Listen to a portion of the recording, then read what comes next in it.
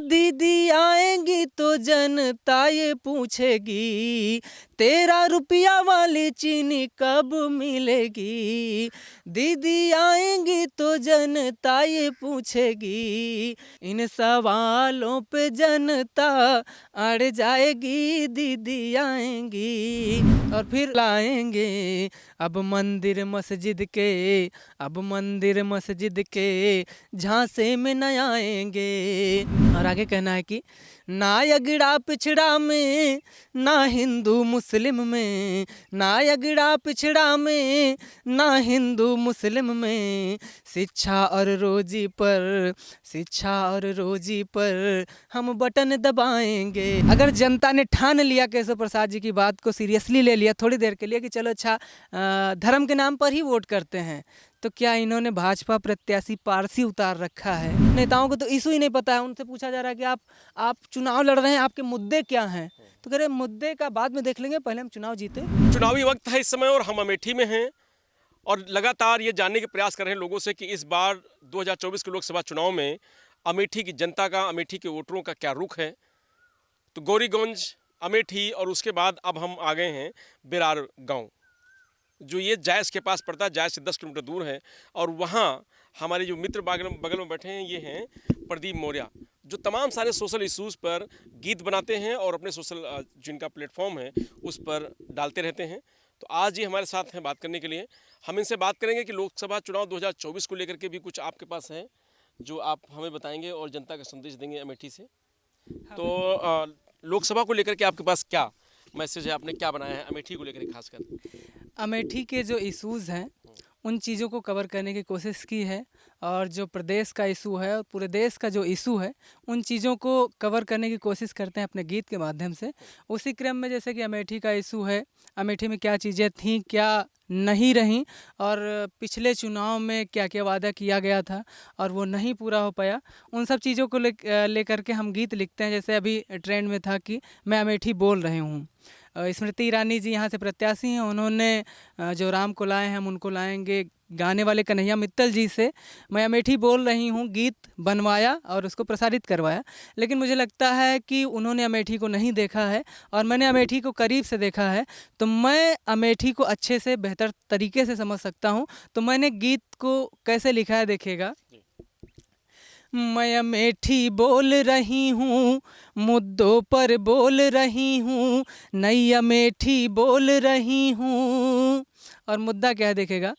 Triple IT बेच दिया है, पेपर मिल लपेट दिया है, ट्रिपल आईटी बेच दिया है, पेपर मिल लपेट दिया है, और गवां मैं सेल रही हूँ। मैं अमेठी बोल रही हूँ, मुद्दों पर बोल रही हूँ, नई अमेठी बोल रही हूँ। ट्रिपल आईटी को इलाहाबाद शिफ्ट कर दिया गया, यानी कि अमेठी के बच्चों का क्या होगा। और पेपर मिल को नीलाम कर दिया गया, यहाँ से लगभग इंडस्ट्रियलाइजेशन जो था लगभग ख़त्म किया जा रहा है। तो यहाँ के श्रमिकों को गुजरात ही जाना पड़ेगा और जाते भी हैं, और लगातार सरकार कहती है कि हम काम कर रहे हैं। आगे देखिए क्या है। अमेठी में प्रशासनिक समस्याएं भी हैं। अमेठी के लोग या तो सुल्तानपुर जाते हैं न्याय के लिए या तो रायबरेली जाते हैं। जेल भी नहीं है, कचहरी भी नहीं। कहना है कि नहीं बनी मेरी कोर्ट कचहरी, जेल भी नहीं है मेरा प्रहरी, नहीं बनी मेरी कोर्ट कचहरी, जेल भी नहीं है मेरा प्रहरी, जुल्म को झेल रही हूँ। मैं अमेठी बोल रही हूँ, मुद्दों पर बोल रही हूँ, नई अमेठी बोल रही हूँ। सबसे बड़ा जो पिछले चुनाव का मुद्दा था कि मोदी का संदेश है कमल का बटन दबाएंगे 13 रुपये किलो चीनी पाएंगे, लेकिन वो जुमला साबित हुआ, नहीं हो पाया। तो कहना है कि नहीं मिली 13 रुपये में चीनी, सिलेंडर का मुद्दा है ज़मीनी। सबसे ज़्यादा अगर सिलेंडर को लेकर के कोई चर्चा में था तो हमारी सांसद माननीय स्मृति ईरानी जी रही हैं। थोड़ा सा भी भाव उछलता था तो वो सड़क पर सिलेंडर लेकर बैठ जाती थी और प्रधानमंत्री को चूड़ियाँ तक भेज दिया करती थी कि आप महिलाओं का दर्द नहीं समझती हैं। और आज चुनाव हारने के बाद भी इनको कैबिनेट मंत्री बनाया गया और अमेठी से चुनाव जीतने के बाद भी कैबिनेट मंत्री बनी, फिर भी अमेठी की महिलाओं का, प्रदेश की, देश की महिलाओं का दर्द नहीं समझ रही हैं। और वही सिलेंडर जो 400-500 का था आज दोगुने रेट पर पहुंचा है। 1100-1200 तक लोगों ने खरीदा। चुनाव आया तो थोड़ा सा जुमले फेंके जा रहे हैं। कहना है, नहीं बनी, नहीं मिली 13 रुपए में चीनी, सिलेंडर का मुद्दा है ज़मीनी, बस जुमले झेल रही हूँ, मैं अमेठी बोल रही हूँ, मुद्दों पर बोल रही हूँ, नई अमेठी बोल रही हूँ। और अंत में कहना है कि बीच में ये भी आया था सर्कुलेशन कि अमेठी को भी स्मार्ट सिटी बनाएंगे। जैसे कि 100 सिटी बनाया, स्मार्ट सिटी बनाने का उन्होंने प्लान किया था, तो अमेठी को भी जोड़ दिया था। मैंने टाइटल पढ़ा था, आर्टिकल छपा था।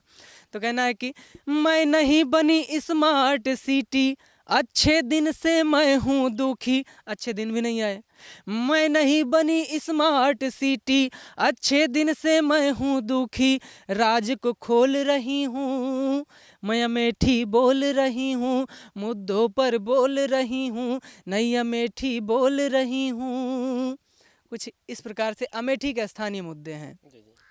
और अगर अमेठी में जैसे दोबारा आई हैं, डोर टू डोर जब नॉक करेंगी तब उनको जनता जवाब देगी कि आपने तो तमाम तरीके के वादे किए थे और वो वादे खोखले साबित हो रहे हैं, कब उनको पूरा करेंगी। तो उसके जवाब में मैंने गीत लिखा है कि मान लीजिए कि दीदी हमारे दरवाजे पर आती हैं तो कैसे जनता कहेगी। अभी ये ट्रेंड में अभी एक गाना आया था, राम आएंगे तो अंगना सजाऊंगी, तो उस पर मैंने लिखा था कि मेरी अमेठी के द्वार पर फिर आएंगी दीदी आएंगी, दीदी आएंगी आएंगी दीदी आएंगी, मेरी अमेठी के द्वार पर फिर आएंगी दीदी आएंगी। अब मुद्दा क्या है, सवाल क्या होगा? दीदी आएंगी तो जनता ये पूछेगी 13 रुपया वाली चीनी कब मिलेगी, दीदी आएंगी तो जनता ये पूछेगी 13 रुपया वाली चीनी कब मिलेगी। इन सवालों पे जनता अड़ जाएगी, दीदी आएंगी, मेरी अमेठी के द्वार पर फिर आएंगी दीदी आएंगी। और फिर वही कहना है कि वही मुद्दा उठाया जाएगा बार बार, पर शासन वाला मुद्दा भी उठेगा। अमेठी में अमेठी ज़िला बने हुए 14 साल हो गया है और राम मंदिर तो बन गया, उसके बिहाफ पर वोट मांगा जा रहा है, लेकिन अमेठी को 14 वर्षों का वनवास हुआ, यानी कि लगभग जुलाई में 14 साल पूरे हो जाएंगे, लेकिन अमेठी में जेल नहीं बन पाया, कोर्ट नहीं बन पाया। आज भी अमेठी के लोग पड़ोसी जिलों में भटक रहे हैं। पर शासन वाला मुद्दा भी उठेगा, जेल कोर्ट बोलो कब तक बनेगा, हम लोगों को न्याय कब दे पाएंगी, दीदी आएंगी, मेरी अमेठी के द्वार पर फिर आएंगी दीदी आएंगी। कुछ यूँ मुद्दे हैं। दीदी मतलब स्मृति ईरानी जी, दीदी मतलब स्मृति जी, हम सांसद की बात कर रहे हैं तो दीदी मतलब स्मृति जी। और अमेठी के क्या मुद्दे हैं मैं आपको बताता हूँ। कुछ मुद्दे तो बहुत हैं, लेकिन उसमें से कुछ मैं बताता हूँ। जैसे कि प्रशासनिक मुद्दा जो था, जेल और कोर्ट नहीं बना है। और इंडस्ट्रियलाइजेशन का मुद्दा ये था कि IIIT यानी कि इंडस्ट्रियलाइजेशन नहीं हो रहा है, बल्कि यहाँ से डी इंडस्ट्रियलाइजेशन हो जा रहा है। यानी कि जो औद्योगिक क्षेत्र हैं उनको बर्बाद करने की कोशिश की जा रही है, चाहे वो IIIT हो, चाहे सेल हो, या फूड मेगा पार्क हो, या फिर शैक्षिक क्षेत्र की अगर हम बात करेंगे, शैक्षिक क्षेत्र में IIIT को शिफ्ट कर दिया गया इलाहाबाद, यानी कि यहाँ के बच्चे अब इलाहाबाद जा कर के पढ़ें। जो गरीब बच्चे हैं वो अफोर्ड ही नहीं कर पाएंगे। और अगर मैं ज़िला बन गया है तो ज़िले में डाइट कॉलेज होता है, यानी कि BTC कॉलेज होता है, उस डाइट कॉलेज भी नहीं है अमेठी में। और अमेठी में सरकारी BEd कॉलेज भी नहीं है, अमेठी में सरकारी LLB कॉलेज नहीं है, अमेठी में सरकारी मेडिकल कॉलेज नहीं है, अमेठी में UPTU का BTech कॉलेज नहीं कि इंजीनियर बना जा सके। तो अमेठी में क्या विकास है? शैक्षिक क्षेत्र की मैंने बात कर दी। कितने इशू हैं अभी मैं देख रहा हूँ, कुछ नेताओं को तो इशू ही नहीं पता है। उनसे पूछा जा रहा है कि आप चुनाव लड़ रहे हैं, आपके मुद्दे क्या हैं? तो कह रहे मुद्दे का बाद में देख लेंगे, पहले हम चुनाव जीते। हाँ, लक्ष्य लक्ष्य कोई निर्धारित करके नहीं है हाँ। चीज़ें। अच्छा, जैसे पिछले 15 साल कार्यकाल की बात की जाए तो राहुल जी के समय तो चीज़ें कुछ हुई थी क्या? देखिए, राहुल जी के समय में क्या हुआ वो अतीत है, उस पर हम केवल चर्चा कर सकते हैं, कुछ बेहतर निष्कर्ष नहीं नहीं, निकाल जैसे सकते। ये लोग कह रहे हैं, जैसे बीजेपी मान लो ये कह रही है, बीजेपी के लोग ये कह रहे हैं कि जितना 15 साल में उससे ज़्यादा 5 साल में हुआ है। हम्म, जितना 15 साल में राहुल गांधी के कार्यकाल में नहीं हुआ, उससे ज़्यादा 5 साल में हुआ। तो इस पे भी आपने कुछ किस क्षेत्र में काम हुआ? शिक्षा पूरे क्षेत्र में? अमेठी की, पूरी नहीं, अमेठी में शिक्षा हर क्षेत्र में। तो शिक्षा क्षेत्र में तो हमें नहीं दिख रहा है, कोई कॉलेज नहीं बना।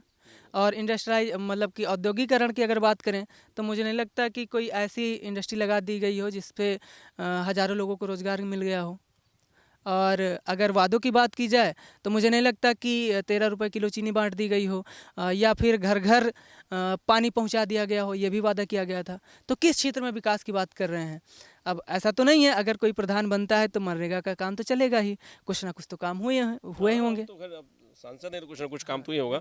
अच्छा, केशव प्रसाद मौर्य भी हैं, तो आपसे उनसे कुछ नहीं बातचीत है, कुछ लगाव नहीं है उनसे? नहीं नहीं, देखिए वो जो भी नेता हैं उनसे हमारा कोई लगाव नहीं है। हमारे नेता हैं तो मेरा दायित्व है कि हम उनसे सवाल कर सकते हैं, भाई आपको हम वोट किए हैं तो आप हमारे लिए क्या कर सकते हैं। तो हमारे ऐसे में तो हमारे नेता ही हैं, चाहे वो केशव जी हों, चाहे मुख्यमंत्री जी हों, या स्मृति ईरानी जी हों, तो वो हमारे नेता हैं क्योंकि हमने उनको वोट दे करके बनाया है। और लेकिन उनका एक ट्वीट वायरल हो रहा था कि इस बार चुनाव 80% बनाम 20% का है। अभी उनका ट्वीट मैंने देखा था, तो काफ़ी 2-4 दिन पहले का है। तो उस हिसाब से ये कहना चाह रहे हैं कि इस बार चुनाव हिंदू बनाम मुस्लिम का है, क्योंकि यदि कोई 80% 20% की बात करता है तो हिंदू मुस्लिम की बात कर रहा है। अगर कोई 15% 85% की बात करता है इसका मतलब वो अगड़ा पछड़ा की बात कर रहा है। तो उसी प्रकार ये हिंदू मुस्लिम की बात कर रहे हैं। और अगर अगर जनता ने ठान लिया केशव प्रसाद जी की बात को सीरियसली ले लिया थोड़ी देर के लिए कि चलो अच्छा धर्म के नाम पर ही वोट करते हैं, तो क्या इन्होंने भाजपा प्रत्याशी पारसी उतार रखा है? स्मृति ईरानी जी पारसी हैं और कांग्रेस का प्रत्याशी शर्मा यानी कि हिंदू में भी पॉसिबल कि पंडित हैं। तो उस हिसाब से तो इनकी पार्टी हार जाएगी। अमेठी की जनता अगर ये ठान ले तो उस हिसाब से कांग्रेस को वोट दे देगी। ये मुद्दे हैं, लेकिन ये लोग नहीं समझ पाते हैं। लेकिन हमारे जो मुद्दे हैं, हम लोग धर्म पे जाति पे नहीं आएंगे, हम लोग विकास पे वोट करेंगे। कहना है कि देखिए मैं छोटा सा गीत सुनाता हूँ। हिंदू मुस्लिम के मुद्दा माँ कबले भटकैबा, ए नेताजी विकास पयबा कि ना अइबा, ए नेताजी विकास पयबा कि ना अइबा। रोजगार मांगी जब जब राशन थमावें, शिक्षा चिकित्सा कश्मीर पहुँचावें। लगातार इनके नेता कहते रहते कि हमने धारा 370 हटा दी, यानी कि धारा 370 हट गई है। और सबसे बड़ा फ़ायदा जो गिनाते हैं, कहते हैं कि अब कोई भी भारतीय वहाँ जा कर के ज़मीन खरीद सकता है। यहाँ जेब में पैसे नहीं हैं, हम वहाँ जा कर के ज़मीन खरीदेंगे। और वहीं की अगर बात कर ली जाए तो काफ़ी सारे लोग वहाँ धरने पे बैठे हुए हैं। वो लगातार आरोप लगा रहे हैं कि पाकिस्तान हमारी ज़मीनों को कब्जा कर रहा है।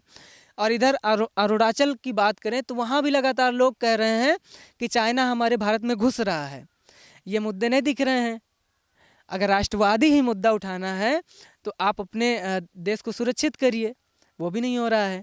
लेकिन झूठे मुद्दे पता नहीं कहाँ से इनके पास आ जाते हैं। सीमाएं तो सुरक्षित हैं बता रहे हैं, लेकिन फिर कैसे घुसा रहे हैं? पीओके खाली करवा दीजिए। पाक ऑक्युपाइड कश्मीर है, वो इंडिया का ही तो हिस्सा, खाली करवा दीजिए, आपके पास पावर है। देखिए मैं गीत पे आता हूँ। राष्ट्रवाद के झूठी बतिया कबले गिनवैबा, ए नेताजी विकास पयबा कि ना अइबा। और चीन पाकिस्तान कहते लगातार कांपता है इनसे, लेकिन वो भी नहीं हो रहा है। देखिए अगली लाइन में मैंने कवर किया था, चीन पाकिस्तान नाही हमारा से कांपे, दिन बा दिन देशवा मघूसत आवे। अरुणाचल लद्दाख के बतिया कबले फरियबा, ए नेताजी विकास पयबा कि ना अइबा। कुछ यूँ स्थितियाँ हैं। तो इस तरीके से आपने अमेठी को लेकर के लोकसभा चुनाव 2024 को लेकर के आपने ये तमाम सारे जो इश्यूज हैं उनको आपने उठाया इस तरीके से। तो क्या लग रहा है इस बार अमेठी की जो माहौल है वो क्या है, जनता इस बार क्या सोच रही है अमेठी को लेकर के? देखिए, वादे जो हुए हैं उस हिसाब से अगर वादे अगर कोई नेता पूरा कर देता है तो दोबारा चांसेस बनते हैं। अगर कोई नेता वादा पूरा नहीं करता है तो जनता उससे मुकर जाती है और एक बार दिमाग में आता है कि इन्होंने तो कहा था, फला फला बातें कही थी, उनको पूरा नहीं कर पाई हैं, तो जनता एक बार सोचती है। तो मुझे लगता है थोड़ा सा सस्पेंस बनेगा यहाँ पर। और जो हम लोगों का मुद्दा है, युवाओं का जो मुद्दा है वो रोज़गार का है। तो उस पर मैंने एक गीत लिखा था कि गीत आया था, जो राम को लाएं हम उनको लाएंगे। तो मेरा मानना है कि राम तो शाश्वत थे, हमेशा थे, हमेशा हैं और रहेंगे। तो ये तो आध्यात्मिक जगत को आप इसमें राजनीति में जोड़ करके थोड़ा सा भटकाने का प्रयास कर रहे हैं, लेकिन हम भटकेंगे नहीं। हमारा मुद्दा जो है गीत के माध्यम से समझिए। रोजगार जो लाएंगे हम उनको लाएंगे, रोजगार जो लाएंगे हम उनको लाएंगे, अब मंदिर मस्जिद के, अब मंदिर मस्जिद के झांसे में न आएंगे। और आगे कहना है कि ना अगड़ा पिछड़ा में, ना हिंदू मुस्लिम में, ना अगड़ा पिछड़ा में, ना हिंदू मुस्लिम में, शिक्षा और रोजी पर, शिक्षा और रोजी पर हम बटन दबाएंगे, रोजगार जो लाएंगे हम उनको लाएंगे। स्कूलों की स्थितियां ये हैं कि वहाँ पर कोरम ही नहीं पूरा है, यानी कि 30 बच्चों पर एक शिक्षक होता है। प्राइमरी की मैं बात कर रहा हूँ। ज़्यादातर आप स्कूलों का सर्वे कर लीजिएगा, कोरम नहीं पूरा मिलेगा। ये होगा कि 200 बच्चे हैं, केवल 2 ही टीचर हैं, माना कि नहीं पूरा है। और वहाँ पर शिक्षा मंत्री संदीप सिंह जी लगातार कहते रहते हैं कि हमारे पास शिक्षकों की कमी है ही नहीं। कहना है कि स्कूल भी खाली है, कॉलेज भी खाली है, स्कूल भी खाली है, कॉलेज भी खाली है, 2 शिक्षक 200 को, 2 शिक्षक 200 को बोलो कैसे पढ़ाएंगे, रोजगार जो लाएंगे हम उनको लाएंगे। तो ये अमेठी के युवा हैं जिनका कहना है कि रोजगार जो लाएंगे हम उनको लाएंगे और शिक्षा और रोजगार पर हम बटन दबाएंगे, जी यही है ना? अच्छा, ठीक है। तो अब अगर हम बात कर लें कि अमेठी को लेकर के, तो रोजगार, एजुकेशन, तमाम सारी जो बातें हैं वो आज तक अमेठी में अभी अधूरी हैं। जी तो क्या लगता है आपको कि कौन ऐसा हो प्रतिनिधि आपका, किसकी सरकार हो जो ये चीज़ें पूरी हों? युवाओं के मन में इस बार क्या है? और आप लगातार तमाम सारे इश्यूज उठाते रहते हैं सोशल प्लेटफॉर्म पर, तो पहले अमेठी को लेकर बात हो जाए फिर आगे हम लोग बढ़ें। तो ये कौन आपको लगता है, उम्मीद किससे है? देखिए, change is the law of nature, यानी कि परिवर्तन प्रकृति का नियम है। तो सत्ता तो परिवर्तित होनी है, आज नहीं तो कल, हमेशा सदियों से देखा गया है। तो जो काम नहीं कर पाता है, जनता उसको आकलन करके बदलती है, परिवर्तन चाहती है। तो ज़रूरी नहीं है कि एक ही सरकार सारे काम कर दे। कुछ जो सत्ता में रहता है वो करता है, और कुछ वो नहीं कर पाता है तो लोग विपक्ष वालों को बुलाते हैं, उनको भी बैठाते हैं, देखते हैं, अगर वो नहीं कर पाते हैं तो चेंज करते रहते हैं। और ये चेंज इस वजह से, क्योंकि जो विपक्ष में आ जाता है वो तमाम वादे करने लगता है कि हम करेंगे, तो इस वजह से चेंज होता रहता है। तो ऐसा नहीं है कि कोई भी पार्टी आएगी और वो पूरा काम कर देगी। तो सत्ता परिवर्तित होती रहनी चाहिए। अच्छा, तो अमेठी क्या स्थिति है? अमेठी में परिवर्तन होना चाहिए। मुझे लगता है कि स्मृति जी थोड़ा सा ध्यान नहीं दे पा रही हैं मुद्दों पर, नहीं, मुद्दों को नहीं कनेक्ट कर पा रहे हैं, क्योंकि वो अमेठी की है नहीं। तो अमेठी का अगर कोई होता तो वो अमेठी के दर्द को समझता। बाहरी लोग अमेठी के दर्द को नहीं समझ पाते हैं। अच्छा, स्मृति ईरानी ने अब यहाँ घर बना लिया है, वो कह रही हैं अब हम यहाँ वासी हो गए, हमारा परिवार हो गया है अमेठी। अब जिसके पास पैसा हो जाता है पूरे देश में कहीं भी घर बना सकता है, तो उनके पास भी पैसा है, इन्होंने बना लिया है। अगर पूरे 5 साल में जैसे हम रहते हैं, यानी कि अगर हम साल भर में 365 दिन होते हैं, तो आधे दिन यानी कि लगभग 200 दिन अपने घर में रहते हैं। अगर 200 दिन अपने घर में रह जाएं तब हम उनको अमेठी का वासी समझेंगे। अदरवाइज़ यही मानेंगे कि इन्होंने वोट पाने के लिए अमेठी में घर बनाया और अमेठी की वासी बनी है। चलिए, तो ये प्रदीप जी थे जिन्होंने तमाम सारे इशूज़ पर, जो विकास के थे, बेरोजगारी के थे, शिक्षा के थे, उन सारे मुद्दों पर इन्होंने गीत के माध्यम से एक संदेश देने का प्रयास किया है समाज को, और हमने बखूबी इनको सुना है। आप भी सुनिए और आप भी इनका संदेश को समझिए। तो लगातार आप बने रहिए हमारे साथ। हम अमेठी से आपको एक के बाद एक नई नई जो खबरें हैं अमेठी से हम देने का प्रयास कर रहे हैं। प्रदीप जी तमाम सारे इशूज़ हैं जो सोशल प्लेटफॉर्म पर अपने उठाते रहते हैं, तो उन्होंने लोकसभा चुनाव को लेकर के भी कुछ गीत लिखे थे जो हमको उन्होंने सुनाया है।